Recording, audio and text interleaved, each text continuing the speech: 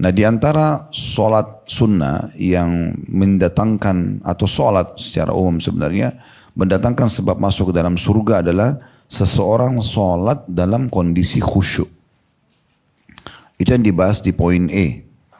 Judulnya kata penulis, sholat 2 rakaat dengan hati yang khusyuk.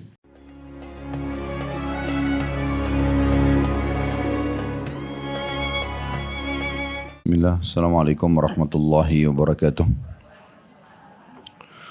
Alhamdulillah, tidak pernah berhenti lisan kita selalu bersyukur, berterima kasih kepada Allah Subhanahu wa taala. Terlalu banyak nikmat yang melimpah kepada kita dari awal kita lahir sampai hari ini dan sampai salah seorang di antara kita wafat kelak. Terus saja Allah Subhanahu wa taala memberikan kepada dia nikmat dari makanan, minuman, oksigen, pakaian dan segala macam fasilitas sampai ajalnya datang. Dan juga tidak cukup sampai di situ, Allah Subhanahu wa taala juga akan menyempurnakan nikmatnya bagi orang-orang yang beriman, dan semoga kita termasuk insyaallah dengan surga firdausnya atau di surga nanti yang abadi. Dan ini tentunya dikhususkan hanya orang-orang yang beriman, yang bakti. Dan saya yakin kita pun berkumpul pada hari ini karena bentuk ketundukan kita kepada Allah Subhanahu wa taala.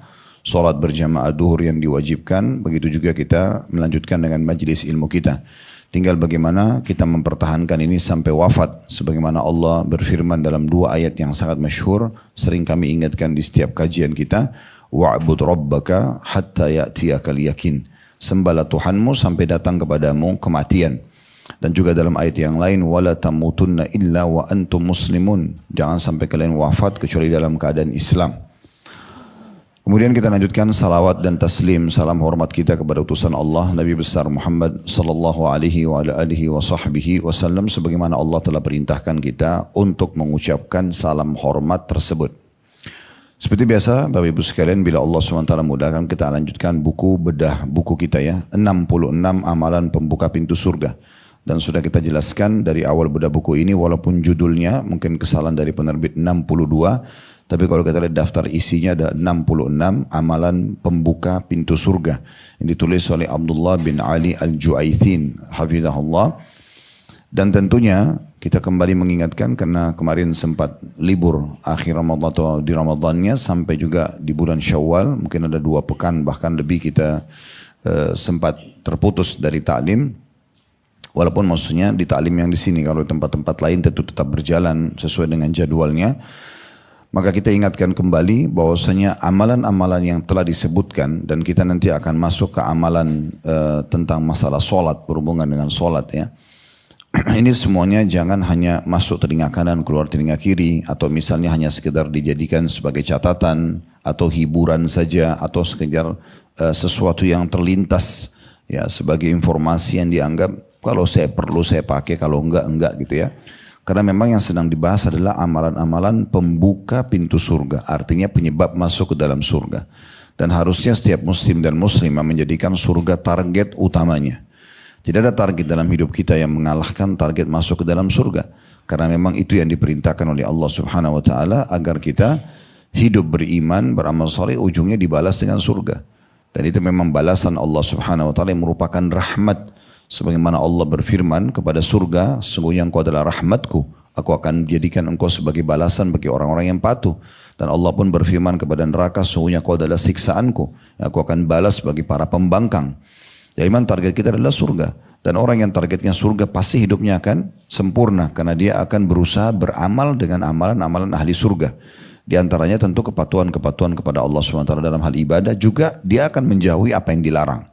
Baik itu berhubungan dengan larangan Allah seperti orang berzina atau riba dan sejenisnya, atau berhubungan dengan makhluk seperti menggibah, mencuri dan segala macam. Karena itu memang harus dijauhi agar kita termasuk ahli surga.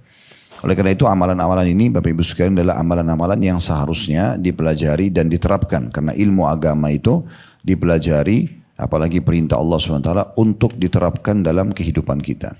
Sementara dosa-dosa dipelajari tentunya untuk dihindari.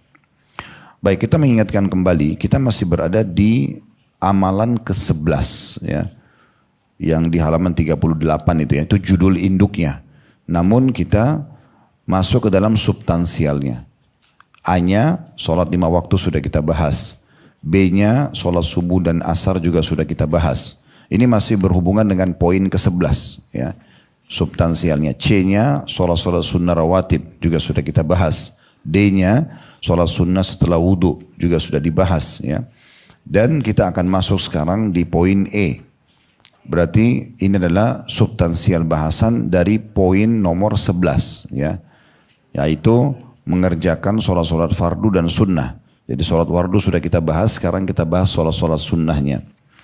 Nah di antara sholat sunnah yang mendatangkan atau sholat secara umum sebenarnya mendatangkan sebab masuk ke dalam surga adalah seseorang sholat dalam kondisi khusyuk. Itu yang dibahas di poin E. Judulnya kata penulis sholat 2 rakaat dengan hati yang khusyuk. Jadi yang sedang kita bahas masalah khusyuknya di sini. Kita baca dulu dalilnya, dikatakan oleh penulis, diangkat oleh penulis di halaman 43 dari Uqbah bin Amir radhiyallahu anhu, dia menuturkan bahwa Rasulullah sallallahu alaihi wasallam bersabda, "Ma min muslimin yatawaddau fayuhsinu wudu'ah, thumma yaqumu fayusalli rak'ataini muqbilun 'alaihima biqalbihi wa wajhihi illa wajabat lahul jannah." Artinya, tidaklah seorang muslim yang berwudu dan dia menyempurnakan wudunya, ya, kemudian mengerjakan sholat sunnah. Sholat di sini sebenarnya dalam kurung ditulis oleh penulis sunnah. 2 rakaat dengan wajah tunduk atau khusyuk. Ya, dan hati juga yang hadir atau khusyuk pada keduanya. Maksudnya 2 rakaat itu semuanya. Dari awal takbir sampai salam. Melainkan dia pasti akan masuk ke dalam surga. Hadits ini, Bapak Ibu sekalian, hadits yang mulia, menyebutkan kepada kita bahwasanya begitu mudahnya seorang muslim masuk ke dalam surga. Asal syaratnya dia beramal sesuai apa yang Allah telah perintahkan dan juga dicontohkan oleh Rasulnya Muhammad sallallahu alaihi wa ala alihi wa sahbihi wasallam. Dan dari sini keluarlah semua amal-amal yang tidak sesuai dengan panduan wahyu. Jadi tidak semua amal diterima oleh Allah, tidak semua niat baik juga langsung diterima oleh Allah, tapi sesuai dengan syariatnya ya. Walaupun baik di mata kita, tapi kalau tidak baik di mata Allah atau melanggar syariat Allah tidak akan diterima. Kalau masih ingat saya pernah sampaikan kejadian di masa Hasan Basri rahimahullah, selepas sholat asar ada orang yang sholat 2 rakaat sunnah. Begitu salam, Hasan Basri rahimahullah sebagai ulama di situ dan dia kebetulan imam di masjid itu ingin mengingatkan. Tapi orang ini begitu salam sholat lagi 2 rakaat. Begitu mau diingatkan, habis salam, sholat lagi 2 rakaat. Sampai 8 rakaat orang ini sholat. Itu pun dia masih mau berdiri sholat lagi. Maka Hasan Basri rahimahullah, waktu sudah selesai 8 rakaat orang itu sholat, langsung dipegang tangannya. Lalu ditanya, kamu sholat apa? Orang ini langsung marah dan mengatakan, apakah Allah akan hukum saya karena saya sholat? Saya masa Allah marah gara-gara saya sholat? Kata Hasan Basri, Allah enggak murka. Ya, tidak hukum kamu karena kau sholat, tapi Allah murka dan menghukummu karena kau buat sholat itu. Jadi tidak boleh orang mengarang-arang. Ibadah itu tauqifiyah. Maksudnya dia hanya boleh dikerjakan kalau ada dalil. Tidak ada dalil tidak boleh sama sekali. Ya, jadi jangan sampai Bapak Ibu membuang-buang waktu, umur, harta, energi dan segala macam, tidak ada manfaatnya. Fokus saja kepada ibadah yang diperintahkan. Gitu ya. Kita langsung ambil dulu faedah dari hadis ini. Yang pertama, adanya anjuran agar setiap muslim fokus dan selalu fokus mengerjakan sholat, wajib ataupun sunnah. Usahakan dia tidak memilah-milah. Jangan karena sunnah kemudian tidak dikerjakan. Ini pernah kita jelaskan pada pertemuan yang lalu kalau masih ingat ya. Banyak orang terkurung di definisi sunnah dari sisi fikih. Apa itu? Mengerjakannya dapat pahala, ditinggalkan tidak berdosa. Mereka kebanyakan ambil potongan akhirnya. Kenapa ibu tidak sholat duha? Kenapa ibu tidak sholat wajib? Tidak sholat malam? Kenapa tidak puasa sunnah? Kenapa? Kan cuman sunnah. Bahasa kan cuman sunnah ini seakan-akan menganggap remeh. Karena dia mengambil akhir potongan definisi. Kalau ditinggalkan tidak berdosa. Kenapa tidak ambil potongan awalnya?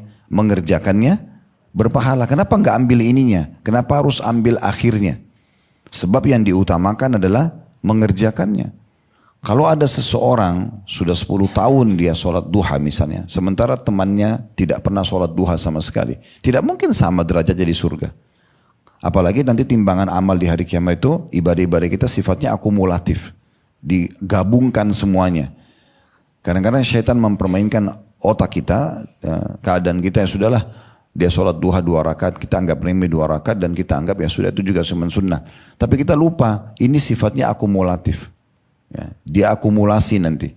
Kalau besok lagi dia sholat duha, kita katakan yang sama kita tidak duha. Begitu seterusnya. Coba Bapak Ibu muhasabah, introspeksi diri, kira-kira amalan-amalan apa yang selama ini kita lihat teman, pasangan kita atau siapapun mengerjakan, yang kita tidak kerjakan karena kita anggap itu adalah sunnah. Padahal sunnah pun adalah perintah agama. Ya. Dan amalan-amalan sunnah ini akan sangat besar manfaatnya, karena dia akan menolong kekurangan amal-amal wajib di timbangan amal. Dan kalaupun misalnya amal wajibnya sudah sempurna, maka tetap saja akan bermanfaat, memberatkan timbangan dan meninggikan derajat di surga nanti. Ya. Ingat hadis Nabi SAW, beliau mengatakan pada saat lihat bintang gemerlapan, nanti ya demi zat yang jiwaku dalam genggaman saya, demi Allah, di surga kalian akan lihat istana-istana, orang-orang di surga seperti kalian lihat bintang-bintang itu. Jauh sekali jaraknya, cuma kelihatan bercahaya tapi tidak tahu fasilitasnya apa. Maka para sahabat pun mengatakan, ya Rasulullah, apakah itu nanti istana para nabi-nabi? Kata Nabi SAW, bukan. Orang-orang soleh dari umatku. Maksudnya orang yang selalu tidak memilah-milah mana wajib, mana sunnah. Semuanya dikerjakan. Selama ada kesempatan, jangan ditunda. Dikerjakan. Dan saya pernah juga titip pesan sebuah tips, itu yang saya jadikan dalam pegangan hidup saya adalah, kalau amalan yang di depan mata, ya, itu adalah anggap amalan terakhir. Mungkin itu terakhir kita kerjakan, habis itu kita meninggal. Jadi seorang muslim harus peduli. Dan saya pernah bilang waktu membahas masalah sholat, Bapak Ibu ingin memperbaiki apapun, urusan akhirat dan urusan dunianya, maka mulai perbaikin dari sholat. Ya. Coba mulai dari sholat, dan harus bertemu 3 hal, barulah kita bisa maksimal mendapatkan, yaitu tepat waktunya, tepat gerakan, dan tepat bacaan. Sebenarnya itu kesimpulan dari khusyuk. Itu ya. Jadi kita mempertemukan tuh azan, selesai, nggak ada aktivitas lain. Sesibuk apapun sholat. Dan supaya tidak ketinggalan takbiratul ihram pertama imam, wudunya sebelum azan. Nah, itu kita kerjakan. Kemudian gerakannya, nanti akan kita singgung juga dalam masalah kehusyuan. Betul-betul penuh dengan konsentrasi, ketenangan jiwa. Bacaannya pun tidak tergesa-gesa. Disimpulkan dengan istilah tumaknina dalam buku-buku fikih. Ketenangan. Ya. Maka itu dimasukkan dalam kewajiban sholat. Ya. Dan juga dalam hadis atau sebuah hadis disebutkan Nabi SAW kalau sedang menghadapi masalah maka beliau segera menuju ke sholat. Itu ya. Itu pelajaran pertama. Pelajaran yang kedua, pentingnya seorang muslim menyempurnakan wudu. Wudu pun sama, jangan tergesa-gesa. Karena sedikit anggota tubuh yang wajib kena air wudu tidak kena, maka rentetannya tidak sah juga sholatnya. Makanya dikatakan di sini tidak ada seorang muslim yang wudu dan dia menyempurnakan wudu. Betul-betul fokus gitu ya, menyempurnakan wudu. Pelajaran yang ketiga, bahwasanya pentingnya seseorang itu khusyuk dalam sholat. Nah ini khusyuk di sini dikatakan dia muqbilun alaihima biqalbihi wa wajhi. Dia betul-betul dalam sholat itu hadir ya dengan hati dan juga wajahnya gitu ya. Di sini terjemahnya terbalik ya, ditulis dengan wajah tunduk dan hati yang khusyuk. Sebenarnya kalau dari lafaz bahasa Arabnya biqalbihi wa wajhi, hati dulu baru kemudian wajah gitu ya, karena memang kekhusyuan itu sebenarnya dasarnya adalah dari hati manusia. Kemudian pelajaran yang terakhir yang keempat, kalau yang dikerjakan maka pasti dia akan masuk ke dalam surga. Tentu hadits ini pun berlaku pada sholat wajib dan juga sholat sunnah. Intinya sebenarnya bagaimana kita khusyuk ya dalam sholat tersebut. Baik, sekarang kita coba masuk, nanti ditandain kita cuma bahas hari ini satu poin ini ya. Karena membahas khusyuk ini butuh ya fokusan dalam bahasan. Banyak hal yang perlu kita singgung. Nanti kita akan lanjutkan masih di poin nomor 11 dari 66 kiat membuka pintu surga itu, yaitu banyak sujud kepada Allah Subhanahu wa taala. Itu nanti pertemuan akan datang insyaallah kita akan bahas. Baik, sekarang kita masuk menjelaskan masalah khusyuk ini. Karena ini membahas masalah khusyuk. Bisa kita lihat dalam banyak ayat Al-Quran, Allah Subhanahu wa taala menyebutkan tentang khusyuk ini memang bagian daripada ibadah. Ya. Di antaranya, Bapak Ibu bisa lihat dalam surah Al-Anbiya ayat 90. Al-Anbiya ayat 90 berbunyi, Allah Subhanahu wa taala memuji para nabi-nabi yang dia dan istrinya, anaknya semua selalu mendekatkan diri kepada Allah. Dikatakan innahum kanu yusari'una fil khairati wa yad'unana ragaban wa rahaban wa kanu lana khashi'in. Ya. Sesungguhnya mereka adalah orang-orang yang selalu bersegera dalam mengerjakan perbuatan-perbuatan yang baik dan mereka selalu berdoa kepada kami dengan berharap dan takut dan mereka adalah orang-orang yang khusyuk dalam beribadah. Ya. Jadi di sini ada penyebutan tentang masalah khusyuknya. Ya. Dan dalam ayat lain, jadi di sini kalau kita lihat urutan dalam ayat tadi Al-Anbiya 90 itu, ini sebenarnya kalau kita lakukan berurut ya seperti ini. Jadi mereka berlumba-lumba dalam kebaikan. Ini nomor satu. Setiap ada kesempatan beramal soleh tidak ditunda. Tidak lihat dulu temannya kerjain gak sih boleh kerjain. Dia pokoknya selalu orang yang pertama mengerjakan. Itu namanya yusari'u fil khairat. Kemudian yang kedua berdoa kepada Allah. Selalu berdoa kepada Allah dalam keadaan berharap dan takut. Apa maksudnya berharap? Berharap Allah kabulkan. Dan diikuti juga dengan rasa khawatir kalau sampai ada yang kurang sehingga tidak membuat dia diterima. Jadi kita berada di antara khauf dan roja namanya itu ya. Jadi dalam kondisi kita berharap Allah kabulkan dan kesangka baik kepada Allah kalau Allah akan berikan. Namun kita juga tetap diikuti rasa khawatir jangan sampai ada yang kurang kita lakukan sehingga tidak bisa dikabulkan. Nah dengan rasa takut gini nanti akan kita terus menjaga kualitas ibadah kita. Kemudian baru wa kanu lana khashi'in dan mereka itu adalah khusyuk kepada kami. Nah, kalau kita lihat urutan ayat ini sebenarnya seakan-akan ya, khusyuk itu tidak bisa muncul begitu saja, dijadikan poin terakhir oleh Allah. Karena memang harus diikuti dengan hadirnya hati, keinginan-keinginan untuk mengerjakan banyak ibadah gitu ya. Nanti akan kita jelaskan insyaallah kiat-kiat khusyuknya. Sekarang kita masuk di ayat yang lain. Allah subhanahu wa ta'ala juga memuji laki-laki dan perempuan yang khusyuk dalam beribadah. Terutama dalam sholat itu ya. Dalam surah Al-Ahzab ayat 35. Surah Al-Ahzab ayat 35. Ayat ini berbunyi innal muslimina wal muslimati wal mu'minina wal mu'minati wal qanitina wal qanitati was sadiqina was sadiqati was sabirina was sabirati wal khashiin والخاشئين والخاشئات والمتصدقين والمتصدقات والصائمين والصائمات والصائمين والصائمات والحافظين فروجا والحافظات والذاكرين الله كثيرا والذاكرات أعد الله لهم مغفرة وأجرا عظيما. Di sini ada potongan tentunya wal khashiina wal khashiat. Terjemahannya, sesungguhnya laki-laki dan perempuan yang muslim, laki-laki dan perempuan yang mukmin. Ya. Kalau ada yang tanya, Ustadz bedanya apa muslim sama mukmin? Orang muslim itu yang baru mengerjakan rukun Islam, tapi belum menyempurnakan rukun imannya. Ya. Kayak orang yang baru masuk Islam, pernah ada orang-orang Arab Badui datang, kemudian mereka mengatakan, amanna, kami sudah beriman. Allah mengatakan, kullan tu'minu, kalian belum beriman, walakin kulu aslam, walam yadkhul imanu fi qulubikum. Ya, katakan kalian baru masuk Islam sampai iman masuk dalam hati kalian. Jadi kalau orang muslim itu dia masih fokus kepada rukun Islamnya saja. Tapi rukun iman yang 6 Allah ada nggak sih? Malaikat catat nggak ya? Nah, gitu-gitu dia masih belum sempurna. Maka itu masih muslim. Kalau tidak semua muslim itu mukmin, tapi semua mukmin pasti muslim. Kalau orang mukmin dia menggabungkan 5 rukun Islam, dia kerjakan ibadah-ibadahnya, sholat, puasa, zakat, haji dan dia ikuti dengan ke-6 rukun imannya. Makanya di sini dibedakan ya, sesungguhnya laki-laki dan perempuan yang muslim, laki-laki dan perempuan yang mukmin, laki-laki dan perempuan yang tetap dalam ketaatannya, dan laki-laki yang perempuan dan perempuan yang jujur ya. Qanit tadi itu adalah orang-orang yang terus saja continue mengerjakan ibadahnya. Di situ terjemahannya begitu ya. Kemudian as-sadiqina was-sadiqat adalah laki-laki dan perempuan yang jujur. Di sini dikatakan benar ya. Kemudian was-sabirina was-sabirat, laki-laki dan perempuan yang bersabar.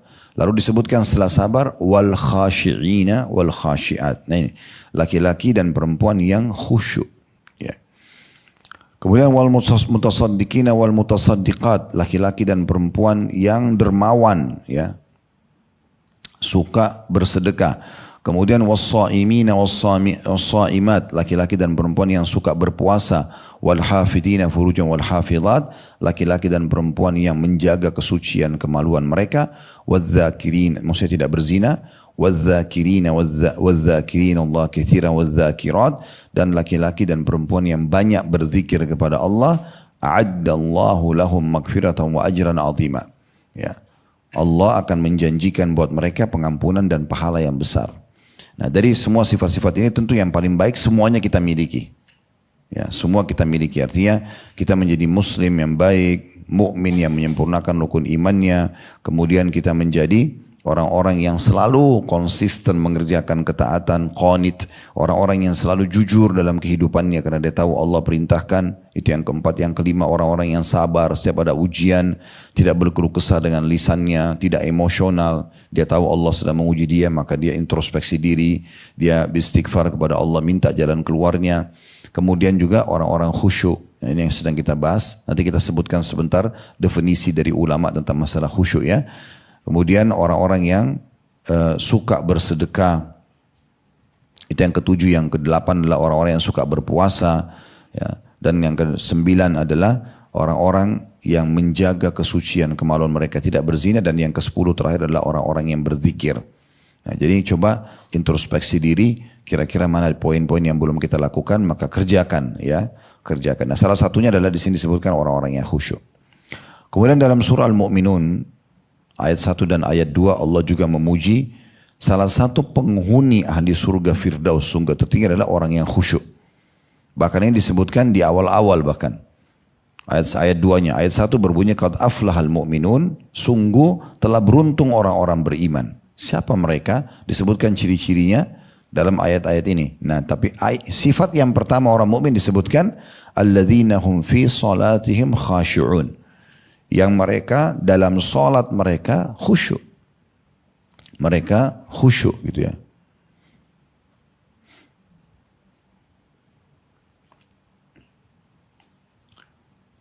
Kemudian selanjutnya definisi sendiri. Khusyuk itu berarti dalam bahasa Arab ya, as-sukun atau ketenangan. Ketenangan. Itu salah satu makna definisinya ya. Dan juga at-tazallul, merendahkan diri. Tenang sambil merendahkan diri. Ya. Ibnu Rajab, salah satu ulama, berkata tentang masalah khusyuk. Asal sifat khusyuk adalah kelembutan, ketenangan, ketundukan, dan kerendahan hati, kerendahan diri dalam hati manusia kepada Allah Ta'ala. Jadi saya ulangi ya, kata Ibnu Rajab rahimahullah, asal sifat khusyuk itu, kalau kita mau memilikinya, ya, akhirnya kita termasuk tadi yang dipuji-puji oleh Allah itu, dan semoga Allah berikan ya, adalah kelembutan. Kelembutan di sini bermula dari kelembutan kita dalam sehari-hari. Dalam tutur kata, jamaan tangan, bermuamalah, kelembutan. Ya. Karena Allah hanya akan memberikan kelembutan dalam hati orang-orang beriman. Kemudian ketenangan, tidak tergopoh-gopoh, tergesa-gesa. Suka tergesa-gesa dalam menilai, mengambil keputusan. Ini bukan sifat orang khusyuk. Orang khusyuk itu betul-betul dia sangat tenang.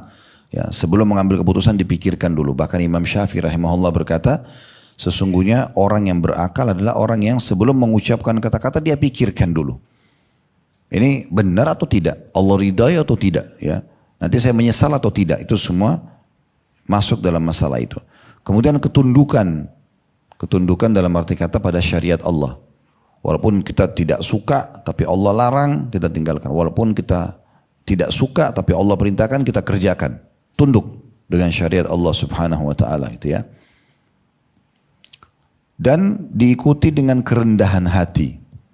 Ya. Tidak pernah sombong. Ya.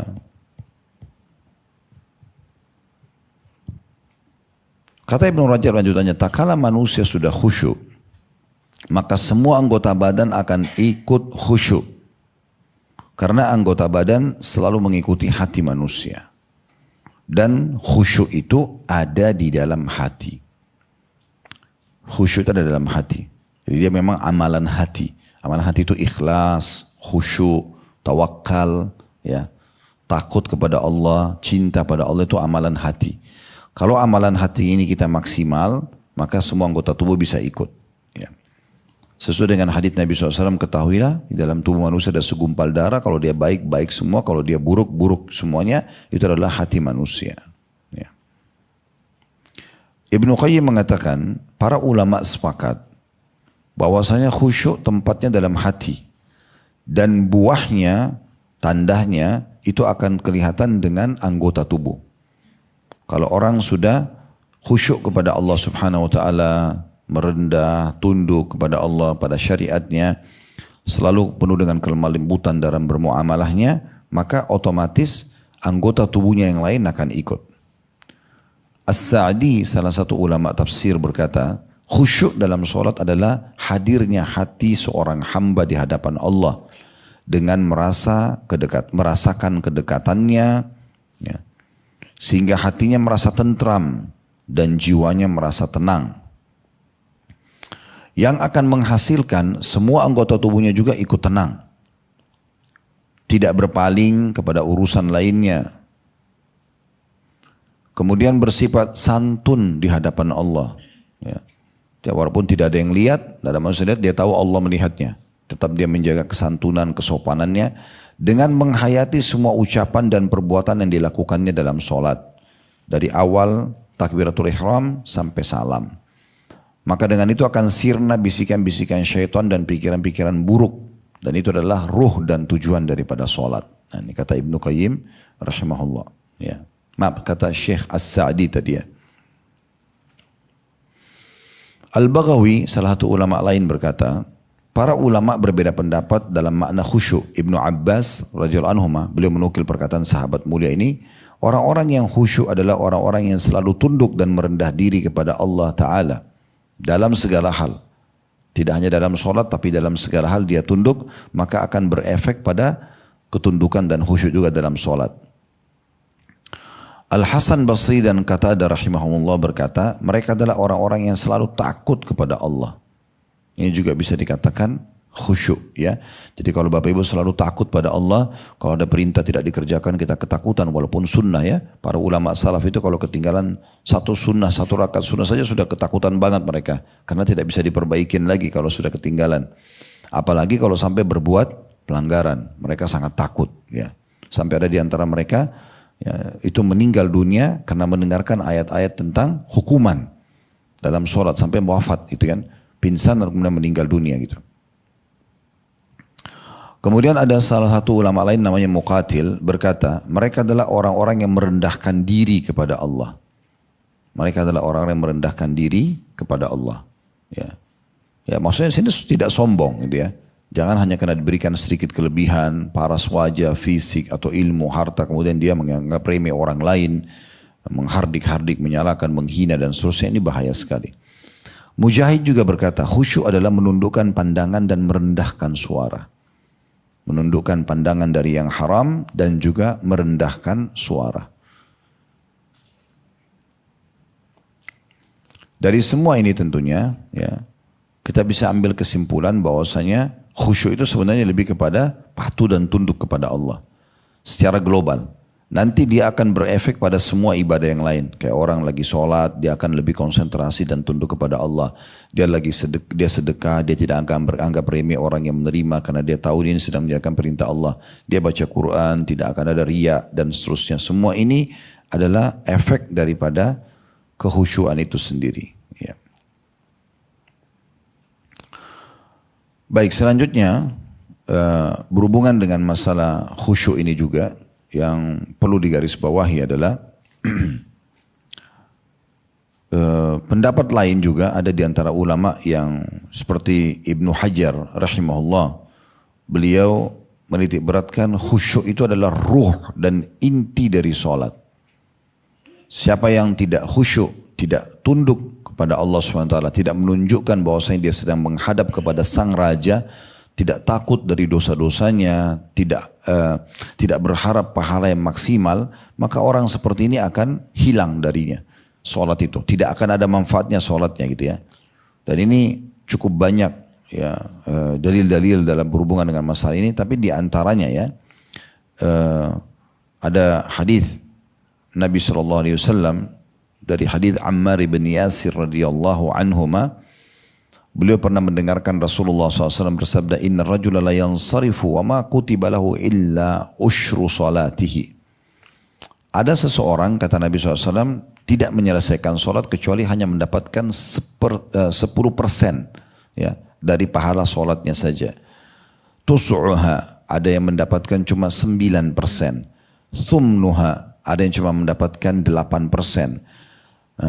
Kemudian sub'uha, hanya 7%, sudusuha 6%, khumusuha bahkan 5%, rubu'ha bahkan cuma 4%, wa thuluthuha atau cuma 3%. Ya. Maaf, saya ulangi lagi ya supaya lebih jelas. Ada yang selesai dari sholat tapi dia hanya mendapatkan 1/10.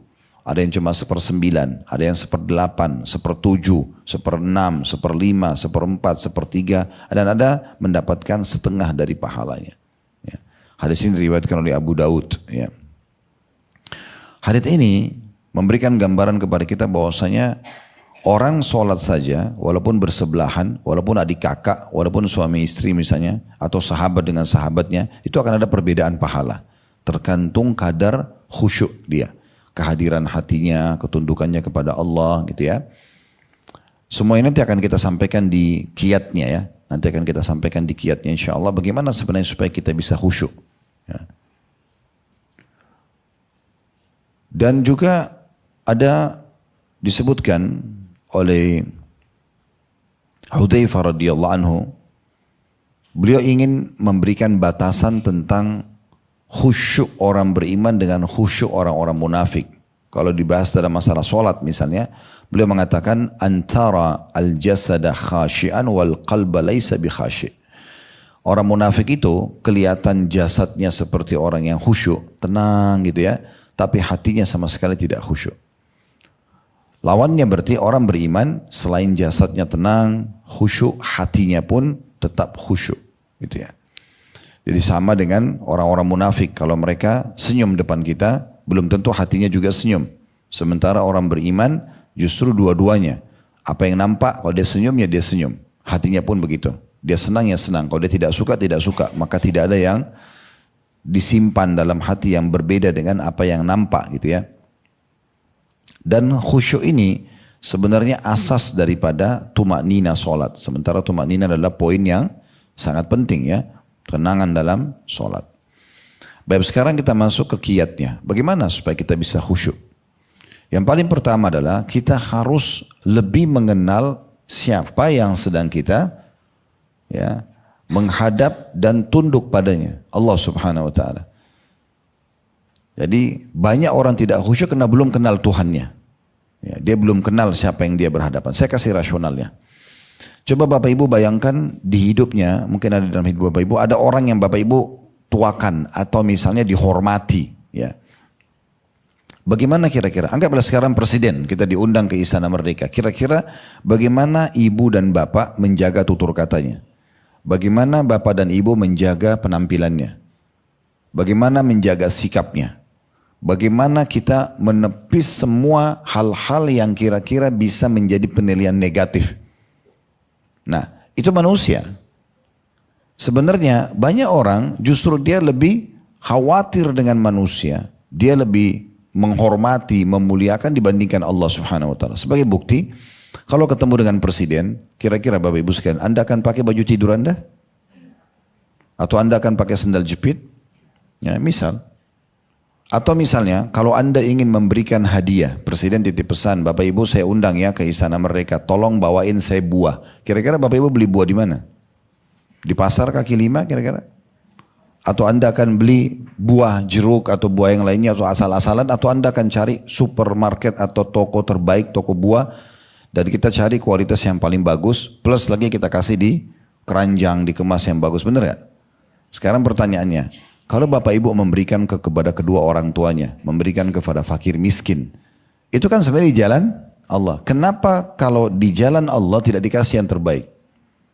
Ya. Kenapa kalau orang tua kita minta kita nggak kemas dengan baik? Kenapa kalau kita kasih orang miskin asal-asalan? Kenapa kita kalau sholat malam, pakai mukena yang belum dicuci pun tidak masalah, ya? Sejadahnya kotor, tidak pakai sejadah pun tidak masalah. Baca ayat ngerti nggak masalah. Ini yang jadi masalah ini, tidak mengenal. Dia tidak mengenal. Nah, harusnya Allah Azza wa Jalla jauh lebih kita muliakan dibandingkan makhluk-makhluk ini. Gitu kan? Harusnya seperti itu. Oleh karena itu, para ulama salaf, mereka betul-betul kalau berhadap dengan Allah itu memberikan yang terbaik.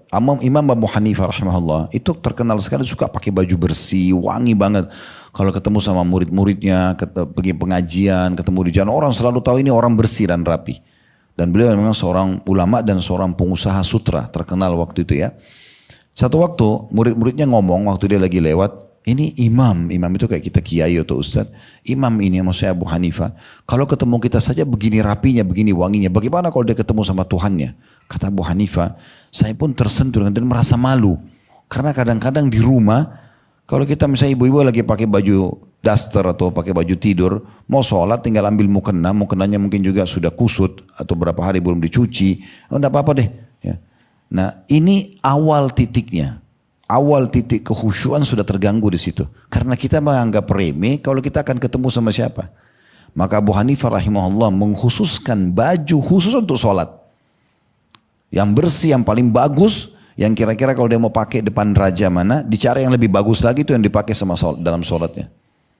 Itu contohnya. Jadi kita pakai, kalau perlu dikhususkan baju khusus. Dan memang kita peduli dengan ini. Ini titik tolok ukur awalnya khusyuk atau tidak. Kita peduli nggak? Kita akan bertemu dengan Allah sang raja dengan penampilan terbaik. Makanya dianjurkan wudu. Satu tetes kencing aja batal sholatnya. Kita disuruh bersiwak atau sikat gigi gitu kan. Dan di rumah ibu-ibu boleh pakai parfum. Di mukenahnya, di sejadahnya kan yang dilarang itu kalau keluar rumah. Ya. Tapi kalau dengan Allah subhanahu wa ta'ala enggak. Kenapa enggak beli mukena terbaik? Kenapa enggak pakai sejadah terbaik? Ya. Ada orang subhanallah bahkan sengaja pada saat mau sholat itu mandi dulu supaya bersih menghadap kepada Allah subhanahu wa ta'ala. Ya. Seperti itulah. Imam Malik rahimahullah, salah satu ulama madhab ya, gurunya Imam Syafi'i, itu Bapak Ibu sekalian kalau mau ngajar hadis kayak gini, kita mau pengajian belum mandi dulu, belum pakai baju terbaiknya, belum pakai wangi-wangian. Kalau ditanya kenapa, dia mengatakan karena saya akan menyampaikan hadis-hadis Rasulullah SAW. Begitu luar biasa mereka memuliakan ya. Dan Allah mengatakan, وَمَنْ يُعَظِّمْ حُرُمَاتِ dalam ayat itu dikatakan dan barang siapa yang mengagungkan ya syiar-syiar agama Allah ini ya, فَإِنَّهَا مِنْ تَقْوَى الْقُلُوبِ, dia termasuk dari bagian ketakwaan dalam hati ya. Nah, itu hal-hal yang kecil begitu. Bagaimana kita memuliakan mushaf ya, Al-Quran, memang betul-betul kita jaga dengan baik membacanya. Bagaimana kalau kita zikir, konsentrasi, gitu-gitulah ya. Semua itu masuk dalam titik awalnya. Jadi pengenalan terhadap Allah subhanahu wa ta'ala adalah bagian daripada awal titik kekhusyuan. Nah dari sini ada poin yang harus digarisbawahi. Bagaimana caranya lalu kita supaya bisa mengenal Allah? Ya belajar. Makanya ilmu yang paling dasar yang harus dipelajari adalah akidah, tauhid, beriman kepada Allah subhanahu wa ta'ala. Kita lebih mengenal Allah. Bapak Ibu usahakan sering mendengar ceramah-ceramah tentang masalah akidah. Ceramah kami banyak sekali. Saya sudah pernah sampaikan di antaranya ibu dan bapak bisa melihat di playlist YouTube kami itu judulnya, ini pilihan-pilihannya ya, itu kenalilah Tuhanmu engkau akan bahagia. Judul itu ceramah mungkin sekitar 2 jam itu, cukup panjang. Kenalilah Tuhanmu engkau akan bahagia. Ada judul yang lain, saudaraku ini rahasia rezekimu, berbicara tentang masalah tauhid, akidah ya. Kemudian ada juga tentang masalah keyakinan, yakin Allah ada, saudaraku inilah pondasi agamamu. Itu semua judul-judul ceramah sudah ada ya. Contoh-contohnya dan masih banyak yang lain tentunya yang bisa didengar ceramah-ceramah ini supaya kita lebih hadir, oh ya Allah ada. Lalu kita dengar juga kisah-kisah orang-orang saleh. Kami sudah angkat lebih dari 50 kisah sahabat. Semua ada di YouTube. Dari Abu Bakar, ya, Umar, Khulafaur Rasyidin dan 10 orang sahabat masuk surga. Bahkan sudah ada sahabat-sahabat yang lain. Rata-rata mereka itu adalah orang-orang yang tunduk kepada Allah SWT. Kita sudah jelaskan biografinya, kemudian kita juga sudah jelaskan bagaimana ibadahnya mereka, ya, bagaimana mereka istiqomah sampai wafat, ya, dan insya Allah kita juga sekarang sudah menyelesaikan kisah para nabi-nabi. Baru kemarin hari Sabtu kita bahas tentang Nabi Ishak dan Yakub alaihissalatu wassalam. Dan kita akan lanjutkan terus estafet tablik akbar sahabat dan nabi ini di Blok M Square di setiap Sabtu pekan kedua gitu ya. Yang bisa hadir online, offline silakan, yang tidak bisa minimal online gitu ya. Luput pun insya Allah sudah ada di YouTube. Nah ini semua perlu kita dengarkan, kita peduli ya. Karena memang Nabi SAW berdakwah, Bapak Ibu sekalian, ya, di Mekah itu ya. Itu 13 tahun dan 10 tahun di Madinah, 13 tahun di Mekah itu, selama 10 tahun pertama dari 13 tahun itu belum ada perintah zakat, sholat itu datangnya diperintahkan secara umum ya buat orang itu di tahun 11 masa kenabian. Terjadi Isra dan Mi'raj. Sebelumnya belum ada perintah sholat 5 waktu. Masih ada sholat malam, itu juga dikerjakan oleh Nabi SAW gitu ya. Kemudian puasa Ramadan itu juga nanti tahun 2 Hijriah. Pas di perang Badar, ya, terjadi perang Badar. Zakat juga nanti di Madinah, haji nanti di Madinah, jihad nanti di Madinah. Jadi di Mekah itu apa kira-kira dakwah Nabi SAW selama 10 tahun itu akidah, tauhid. Ya. Betul-betul kita mengenal Allah SWT sebagai Tuhan sehingga kita betul-betul khusyuk dan tunduk kepadanya dan kita tidak akan bergantung kepada selain Allah. Saya pernah sampaikan ya, kalau Bapak Ibu sedang sehat ya seperti sekarang Masya Allah punya segala macam kesehatan dan kalau tidak kita nggak mungkin jalan ke sini gitu ya. Makanan ada, minuman ada segala macam, kita harus tahu yang ciptakan kita Allah, yang ciptakan makanan, minuman dan nikmat itu semua Allah, yang bisa pertahankan hanya Allah. Kalau kita sedang ada masalah, yang ciptakan kita Allah, yang ciptakan juga semua permasalahan itu adalah Allah, yang bisa berikan jalan keluar hanya Allah. Makanya Nabi SAW mengatakan dalam hadits, mintalah kepada Tuhan kalian walaupun sampai tali sendal kalian. Dan Umar bin Khattab radhiyallahu anhu mengatakan, mintalah walaupun tali sendal kalian. Tali sendal itu di masa dulu, sendalnya orang-orang itu dia kulit bagian bawah terus sisanya tali dililitin, itu murah sekali. Sampai diminta agar kita terbiasa bergantung dan manja kepada Allah dengan bergantung dan yakin Allah itu akan memberikan. Ya, Allah akan memberikan. Dan dalam sebuah riwayat dikatakan sesungguhnya Allah sangat mencintai dan menyukai hamba yang mulihin fid du'a. Betul-betul mereka itu gigi dan ngerengek betul minta sama Allah SWT. Selalu merasa Tuhannya ada dan Allah akan berikan kepada dia.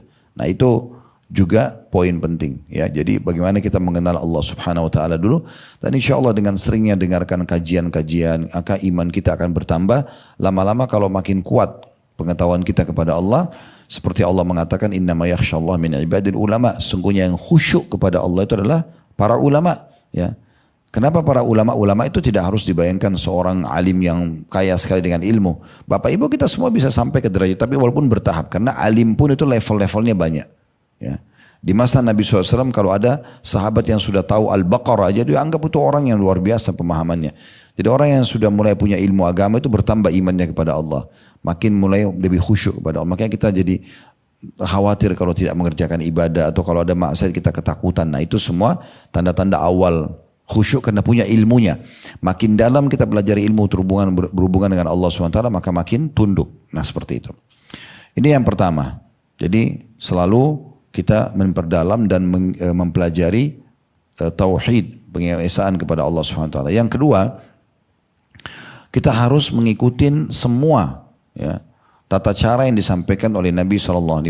Dan ini yang saya sering sampaikan tadi 3 hal di poin kedua ini ya. Selalu tepat waktu, selalu tepat gerakan, selalu tepat bacaan. Jadi ingat kalau mau khusyuk salah satu kiatnya adalah harus Bapak Ibu sudah persiapkan diri sebelum azan. Terutama kalau lagi di mall ya, saya sering lihat itu kalau maghrib, kadang-kadang kalau saya kebetulan ada hajat, kemudian masuk ke mall saya lihat antri panjang. Kenapa? Karena memang azan baru ke tempat wudhu, antrilah. Jadi kalau sudah tahu tempat itu ramai, musolanya kecil, ya udah setengah jam sebelumnya. Ya, apa ruginya setengah jam sebelumnya sudah wudhu? Saya berapa kali masuk di musola mall setengah jam tidak ada yang antri gitu. Ya. Bahkan kita laki-laki itu masih bisa masuk di saf awal. Tapi semua yang terlambat ini memang karena dasarnya dianggap remeh sama dia. Coba kalau janjian sama presiden mau telat nggak? Nah masalahnya itu. Ya, kalau sama Allah kenapa telat? Selalu kita anggap kan waktu masih panjang. Jangan begitu. Karena beda orang yang menghadap di awal waktu dengan orang yang menghadap di waktu kedua, di waktu ketiga. Beda. Allah menilai orang ini patuh nih. Nah gitu ya. Jadi memang harus kita sudah wudhu sebelumnya. Paling bagus lagi, lebih bagus kalau wudhunya bisa bertahan. Misalnya Bapak Ibu sebelum ke mall sudah wudhu gitu ya. Maaf ini sering keluar angin, kebelet kencing ini kadang-kadang persepsi juga. Ya, sugesti dalam diri. Kayaknya saya tidak bisa tahan kencing. Ya sudah, itu jadi kehidupannya. Kayaknya saya nggak bisa tahan angin. Saya kadang-kadang keluar kajian begini sampai menjelang maghrib, masih uduk yang sama. Nggak ada sesuatu yang membuat, kecuali memang urgen gitu ya. Mungkin ini saya melihat ada was-was. Saya berapa kali coba sampaikan ini secara motivasi kepada jemaah haji umrah Bapak Ibu. Nanti ya, kita sudah ada kesempatan wudhu di atau kamar mandi di Madinah, di stasiun kereta karena kami naik kereta ke Mekah. Di keretanya tiba di stasiun Mekah, ya itu terakhir ya. Kadang-kadang kami masih kasih kesempatan lagi di hotel, di reception hotel ada kamar mandi sebelum masuk tawaf itu ya. Karena biasanya kami kalau di Uhud Tour itu masuknya tawaf itu di siang hari habis duhur. Jadi dari Madinah naik keretanya jam 8 pagi. Sehingga habis duhur asar sudah selesai umrohnya. Tapi saya bilang, Bapak Ibu sekalian niatkan ya, tidak batal wudu. Sugestinya itu, karena niat itu kan sugesti. Subhanallah banyak jemaah yang jalankan sampai selesai umroh. Ya Ustaz ya saya nggak batal wudu. Di Indonesia saya nggak bisa tahan kencing. Ini sebenarnya tergantung kebiasaan orang. Saya tidak bicara orang kalau kebetulan memang dia banyak minum air, mungkin pas itu. Tapi kalau orang selalu aja was-was, ini jangan. Ya. Nah ini juga termasuk poin yang harus diperhatikan. Jadi kiat kedua ini ada 3 bagian. Kita tepat waktu artinya sebelum waktu sholat sudah siap. Udah wudu, ya udah siap. Jadi begitu azan, Bapak Ibu sempat menjawab muadzin, ya. Karena kata Nabi SAW, kalau kalian dengarkan azan jawablah yang diucapkan. Ibnu Qayyim memasukkan ini salah satu kiat khusyuk. Adalah bagaimana seseorang itu jawab azan sehingga dapat pahala. Dan kata Nabi SAW, ya, kalau kalian sedang mendengarkan, siapa yang mendengarkan azan lalu dia mengatakan wa ana asyhadu an la ilaha illallah wahdahu la syarikalah wa asyhadu anna Muhammadan abduhu wa rasuluh raditu billahi rabba wa bil islami dina wa bi Muhammadin sallallahu alaihi wasallam rasulah, gitu ya. Ini ada perintah Nabi SAW dan itu diucapkan pada saat 2 kalimat syahadat sedang dikumandangkan muadzin, asyhadu an la ilaha illallah asyhadu anna rasulullah, gitu ya. Kata Nabi SAW, orang yang baca ini maka diampuni dosanya yang lalu. Nah ini luput kalau orang dengar azan dia tidak mau dengar. Ya sudahlah azan, tidak dipedulikan gitu ya. Nah ini contohnya. Kemudian juga kalau kita di awal sebelum azan sudah siap-siap, kita bisa jawab muadzin. Kata Nabi SAW lanjutannya, dan kalau selesai azan, bacalah salawat kepadaku. Karena siapa yang baca salawat kepadaku sekali, Allah akan salam kepadanya 10 kali. Ya. Kemudian kata Nabi SAW, minta wasilah untukku. Ya. Ati Muhammadanil wasilah wal fadilah. Bapak Ibu usahakan jangan ada satupun azan dari 5 azan sehari kecuali harus ikut. Sayang ini luput ya.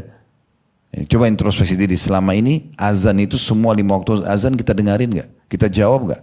Karena kalau tidak berarti ada yang luput ya mendapatkan keutamaan ini. Kata Nabi SAW, dan siapa yang minta wasilah untukku dia akan mendapatkan syafaatku. Nah kemudian kita kalau di awal waktu nih ya, kalau kita uduk sebelumnya, kita udah berdiri di sejadah kita untuk sholat, di musola kah, di masjid kah, atau di rumah, kalau di ibu pun di rumah misalnya, maka kita kalau sudah di depan di atas sejadah kita bisa jawab muadzin, ya. Kemudian kita bisa sholat qobliyah, kita bisa berdoa antara azan dan iqamah mustajab, kita bisa takbiratul ihram pertama imam. Yang kata Nabi SAW, siapa yang tidak ketinggalan takbiratul ihram pertama imam 40 hari. Ya, kali 5 waktu sholat ya, berarti 200 sholat nih. Subuh, duhur, asar, maghrib, isya. Ya, ibu-ibu pun bisa kerjakan di masjid atau di musola ya. Nah, kalau tidak mungkin sholat berjamaah minimal di rumah. Minimal yaitu imam Allah Akbar, kita Allah Akbar. Itu kalau 40 hari dijamin selamat dari neraka dan sifat kemunafikan. Jadi usahakan ini dijalankan walaupun sekali seumur hidup. Ada 40 hari jadwalin. 1 bulan tambah 10 hari gitu ya. 40 hari betul-betul luput dari segala macam kelalaian dari masalah sholat. Ini juga masuk dalamnya nih ya. Saya pernah berbagi cerita dan ini kisah nyata di Saudi. Ada satu anak muda pernah melamar anak seorang syekh. Dia mau menikah laki-laki ini, tapi syekhnya lihat orang ini kayaknya tidak terlalu agamis. Dan dia tahu, syekh ini tahu anaknya dia sangat agamis gitu ya. Cuma dia juga nggak mau nolak lamaran orang ini. Lalu dia bilang, syekhnya kebetulan imam masjid. Dia bilang, saya mau terima lamaran kamu tapi dengan syarat. Kamu selama 40 hari ada di belakang saya. Saya Allah Akbar, kamu juga ada di situ. Anak muda itu cerita. Dia bilang, seminggu pertama saya riak. Saya datang hanya karena mau nikah. Saya datang hanya karena supaya syekh ini yang calon mertua saya lihat saya. Tapi dia bilang setelah lewat seminggu, mulai 8 hari, 10 hari, 2 minggu, saya kok merasa nyaman banget. Sampai pada tingkat 40 hari, saya betul-betul jalankan.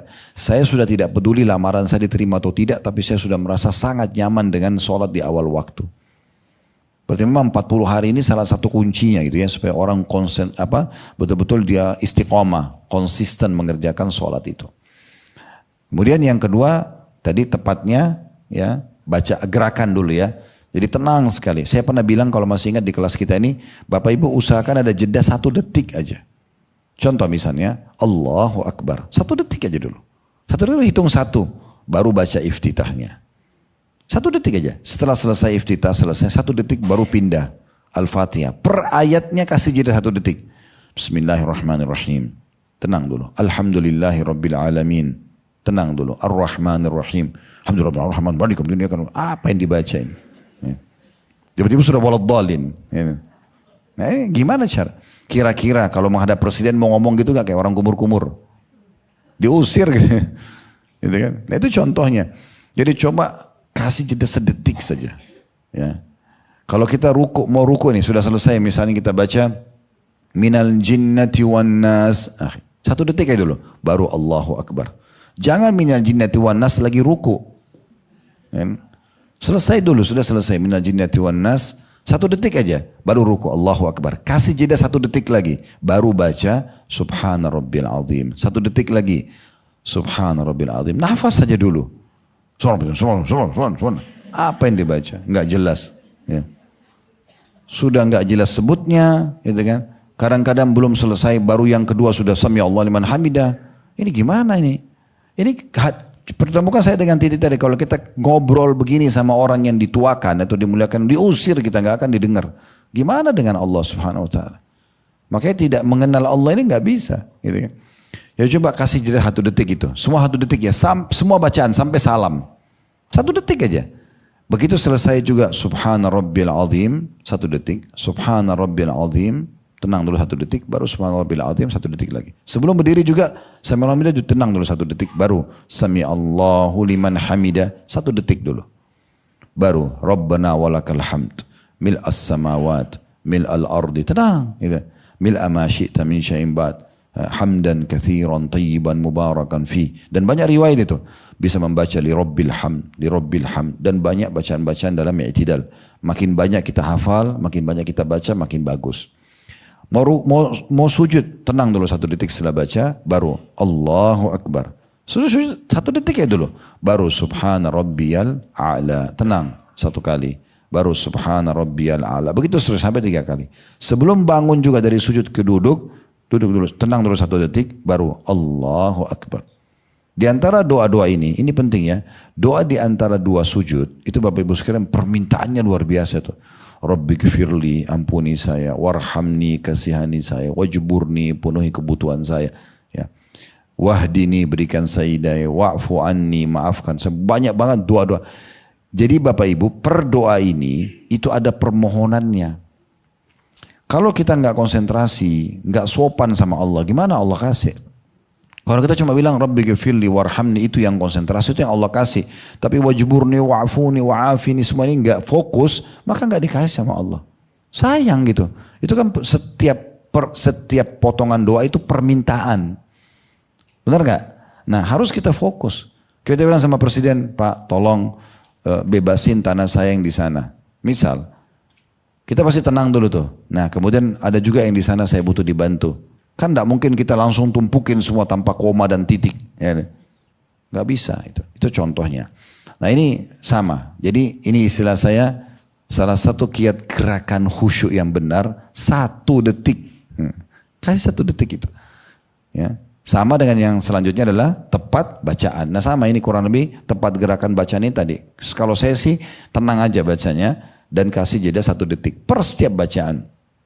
Per ayat, per zikir, per doa, semuanya sama. Ya. Ini yang kedua. Yang ketiga Bapak Ibu sekalian, menepis semua waswas syaitan. Menepis waswas syaitan, karena syaitan akan datang menggoda manusia ya. yang kita sudah tahu dalam surah An-Nas, min syarril waswasil khannas. Jadi dari bisikan syaitan yang biasa tersembunyi ya. Biasanya waswas syaitan ini masuk Bapak Ibu sekalian, pertama sekali ya, itu kepada orang ahli maksiat. Ya. Apakah orang yang kuat imannya nggak digoda syaitan? Syaitan nggak bisa goda. Syaitan itu ibarat ular. Kalau Bapak Ibu tidak punya tameng sama sekali, tidak ada pagar atau apa gitu, dia akan mudah menyerang kita. Ini tandanya tidak ada keimanan sama sekali. Nggak peduli, nggak pernah mau belajar agama, nggak pernah mau tahu benar nggak sholatnya, apa nggak mau tahu, bacaan-bacanya benar atau tidak mau tahu. Ini orang seperti antara dia sama ular itu nggak ada tameng sama sekali. Tapi kalau orang sedikit punya ilmu, sedikit dia hadir, kadang-kadang tidak. Ini seperti orang yang punya pagar kayu, rapuh. Bisa dipatok oleh ular, bolong, bisa diganggu dia. Tapi kalau orang punya iman yang kuat, itu seperti baja. Ularnya kalau patok itu giginya patah. Itu bisa. Ya. Ini sesuai dengan sabda Nabi SAW kepada Umar bin Khattab radhiyallahu anhu. Beliau mengatakan, wahai Umar, wahai Ibnu Khattab, sungguhnya kalau syaitan lihat kau jalan di sebuah lembah, dia akan cari lembah lain. Umar nggak lihat syaitan, tapi syaitan kalau lihat Umar takut. Kenapa? Karena kekuatan imannya kepada Allah SWT. Jadi sebenarnya syaitan itu akan menguasai orang-orang yang justru banyak dosanya. Makanya ulama anjurkan kiat khusyuk adalah berbanyak istighfar, taubat kepada Allah, menutup semua pintu-pintu pelanggaran. Ini di kiat nomor 3-nya ini. Jadi menepis waswas syaitan, dan yang paling dasar dalam menghilangkan waswas syaitan adalah jauh dari dosa. Ya. Ini salah satu poin yang perlu untuk digarisbawahi. Subhanallah, saya pernah punya pengalaman pribadi Bapak Ibu sekalian. Saya masih SMA di Madinah. Hanya sekedar gambaran saja. Madinah itu Bapak Ibu sekalian, alhamdulillah kami tumbuh besar di situ tuh. Betul-betul mungkin yang sudah pernah ke Madinah tahu ya, semua perempuan berhijab, ya, bahkan mayoritasnya pakai cadar gitu ya. Tidak ada umumnya di jalan itu, di mall pun, coba lihat mall-mallnya, tidak ada musik, perempuan semua berhijab, orang datang cuma belanja hajat pulang. Hiburan kami dulu tuh di kampus dari biasanya kami istilahkan dengan gabungan mim ya. Mim itu masjid, madrasah, dalam bahasa Arabnya mal'ab gitu-gitu ya. Kami cuman ke masjid, ke sekolah, ke lapangan olahraga, mat'am, ke restoran kampus, dan semua di kampus kami laki-laki semuanya. Jadi betul-betul terjaga gitu lingkungannya ya. Alhamdulillah sangat terjaga. Hiburan kami dari kampus, habis asar disiapin bus untuk ke Masjid Nabawi. Kita bisa hadiri sholat maghrib isya dan bisa hadiri halaqah ulama. Habis isya dijemput lagi nanti. Begitu itu setiap hari. Kita belajar olahraga, terjaga sekali gitu. Subhanallah, satu waktu saya pernah duduk di masjid kampus, dari habis duhur, habis ujian, besok mau ujian lagi, ada salah satu bagian grammar bahasa Arab namanya balaghah gitu ya. Ini butuh hafalan kuat memang gitu ya, dan pemahaman konsentrasi. Subhanallah, saya pelajari dari habis duhur sampai menjelang maghrib, itu saya belum paham-paham. Nih gimana nih besok mau ujian gitu. Ada masalah apa nih gitu. Saya ingat sekali saya telepon sahabat dekat saya. Waktu itu masih tahun 90-an, belum ada handphone, pakai telepon koin gitu. Saya masih telepon ke rumahnya beliau. Kemudian saya tanya, ada waktu gak untuk datang ke kampus? Kok saya dari tadi ini baca buku gak paham-paham nih?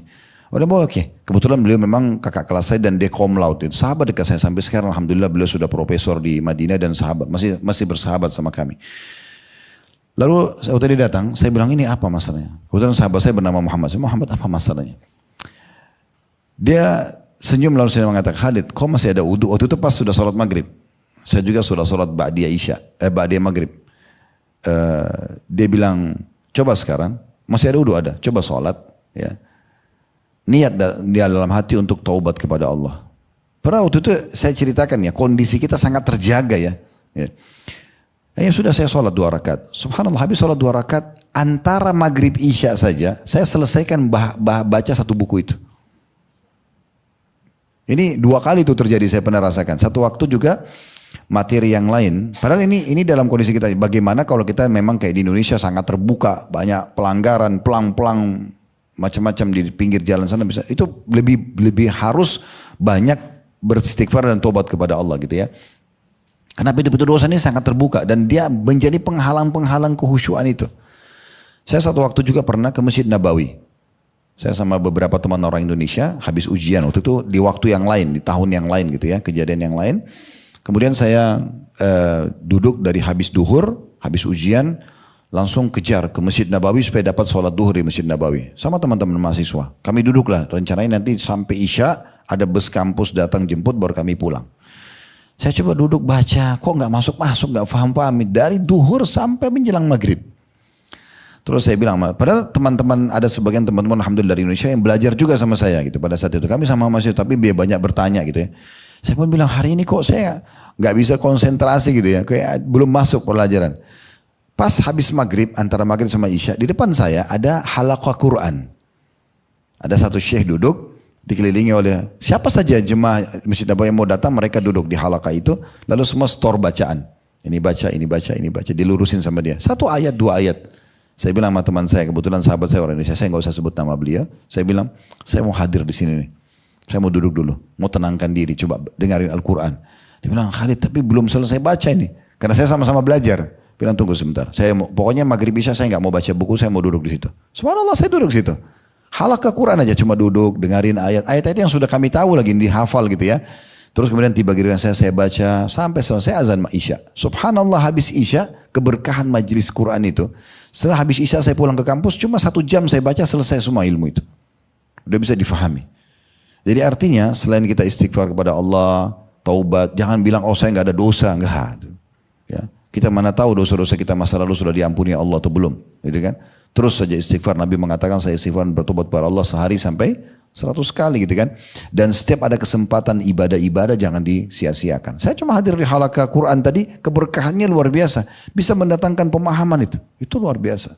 Dan ini subhanallah sejalan dengan, ini pengalaman saya. Tapi yang motivasi saya itu adalah kisah Nabi Imam Syafi'i rahimahullah. Beliau pernah belajar dari gurunya namanya Imam Waqi. Imam Waqi ini ulama besar. Muridnya banyak. Imam Syafi'i mengatakan, karena setiap Imam Waqi kasih tugas, dia nggak hafal. Lalu dia mengatakan dalam syairnya masyhur, syaqautu ila Waqi' su'a hifdhi. Saya keluhkan kepada Imam Waqi' tentang buruknya hafalan saya. Fa arsyadani ila tarkil ma'asi, maka Imam Waqi' menyuruh saya tinggalkan dosa-dosa. Waktu itu Imam Syafi'i bingung, dosa apa yang dia buat? Padahal Imam Syafi'i ini lingkungannya sangat terjaga di sekitar dia. Maka Imam Waqi' bilang, tinggalkan dosa-dosa. Wa akhbarani bi anna ilma nurun wa nurullahi la yu'ta li'asi. Dan dia memberitahukan kepadaku kalau ilmu itu adalah cahaya dan cahaya Allah tidak dikasih bagi orang pelaku dosa. Imam Syafi'i mulai introspeksi diri. Mulailah dia mengubah jalur jalan dia. Ini rumahnya menuju ke Imam Waqi'. Tadinya ke sini diubah dari belakang. Karena ada lewatin pasar. Dia coba introspeksi diri. Sampai Imam Syafi'i mengatakan rahimahullah. Setelah saya menjalankan wasiat Imam Waqi'. Kalau saya buka buku, setengahnya saya tutup. Karena kalau saya buka, saya hafal semua. Nah, jadi efek-efeknya ada sangat besar gitu ya. Oleh karena itu teman-teman sekalian kita harus betul-betul memahami was-was syaitan, gangguan syaitan terbuka bagi ahli maksiat. Ya. Dan salah satu ulama salaf mengatakan kalau syaitan itu melihat dirimu sibuk dengan ibadah maka dia akan meninggalkanmu dan akan menggoda orang-orang yang lalai. Gitu ya. Jadi syaitan itu tidak akan bisa menggoda justru orang-orang yang makin dekat kepada Allah SWT karena tamengnya tadi kuat banget. Ya. Oleh karena itu ini termasuk kiat yang sangat penting untuk digaris bawahi gitu ya. Kemudian yang terakhir Bapak Ibu sekalian adalah bagaimana tentu penjelasan ulama tentang masalah jauhi dosa ini cukup banyak ya. Seperti misalnya perbanyak minta berdoa berlindung kepada Allah agar jauhkan dari dosa, jauhi lingkungan-lingkungan dan fasilitas yang bisa membuat dosa terbuka gitu ya. Itu juga hal-hal yang perlu diperhatikan dalam masalah meninggalkan dosa. Kemudian yang terakhir adalah memahami apa yang sedang dibaca. Ini juga salah satu kiat penting. Yang keempat ya, dalam masalah khusyuk ini. Terutama kita yang bukan orang Arab. Ya. Jadi Bapak Ibu usahakan iftitah atau istiftah, doa pembuka, itu ditahu artinya. Saya kalau minta sekarang Bapak Ibu maaf, bukan merendahkan. Sekarang coba Bapak Ibu baca wajhatu wajhal, terjemahkan buat saya. Hah? Bisa nggak? Masalahnya itu, sudah berapa tahun Bapak Ibu sholat? Selama kita tidak ngerti apa yang kita baca, nggak bakal bisa khusyuk. Wajjahtu wajhiya lilladzi fataras samawati wal ard. Aku mengarahkan wajahku kepada zat yang menciptakan langit dan bumi ini. Itu maknanya dalam banget itu. Allahumma ba'id baini wa baini, iftitah itu salah satu potongan-potongan yang lain. Allahumma ba'id baini wa baina khataayaya kama ba'adta baina masyriq wal maghrib. Ya Allah, jauhkan antara aku dengan dosa-dosaku. Maksudnya yang pernah aku lakukan, jangan aku terjerumus lagi sebagaimana Engkau jauhkan timur dan barat. Itu kan maknanya dalam banget itu. Dan doa iftitah cukup banyak, ada 6-7 pilihan ya. Kurang lebih ini juga sudah pernah kita jelaskan dalam kitab sholat di beberapa kajian yang lain gitu ya. Nah, kita juga harus tahu Bapak Ibu sekalian, doa iftitahnya, kita tahu makna 7 ayat surah Al-Fatihah. Dari Bismillahirrahmanirrahim sampai Waladdallin. Minimal tahu terjemahannya. Mau lebih maksimal, tahu tafsirnya. Sebab turunnya ayat, gitu kan. Gitu-gitu ya. Itu juga perlu diperhatikan. Kemudian juga sama, doa ruku. Ya, Subhana Rabbil Azim. Biasanya kita tahu Maha Suci Allah yang Maha Agung. Renungi maknanya. Maha Suci Allah yang Maha Agung, kita ulangi sampai 3 kali. Kalau Bapak Ibu bisa menambah ragam bacaan doa ruku, bagus banget. Kan ada Subhana Rabbil Azim, ada Subhana Rabbil Azim wa bihamdi, ada Subuhun Kudusun Rabbul Malaikati Warruh, ada Subhana Dzil Jabarut wal Malakut wal Kibriyai wal Azamah, ada Subhanakallahumma bihamdika Allahumma gfirli. Itu banyak dan makna-maknanya dalam semua itu. Ya. Sami Allahu liman hamidah. Tahu terjemahannya.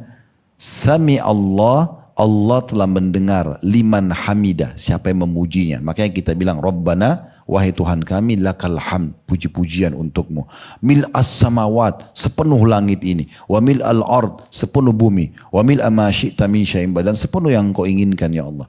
Itu maknanya dalam-dalam semua itu ya. Sama sujud, Allahu Akbar, Subhana Rabbiyal A'la, Maha Suci Tuhanku Maha Tinggi. Kita tahu semua artinya ya. Itu ada doa juga pada saat sujud. Bapak Ibu sekalian, maknanya agung sekali. Allah malaka sajadtu.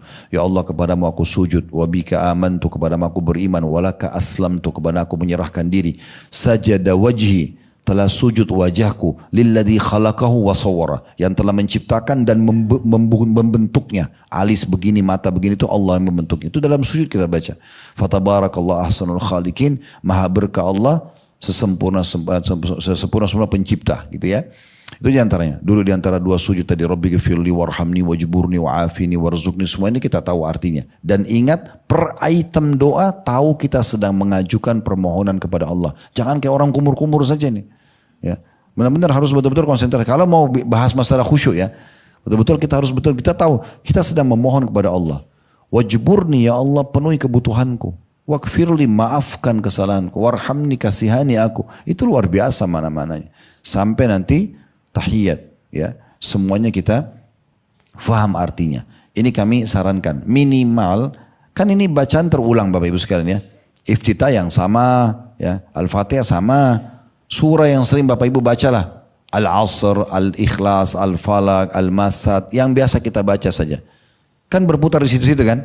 Ada orang inna atayna wal asr terus, yang penting cepat selesai gitu kan. Oke lah, minimal tahu artinya.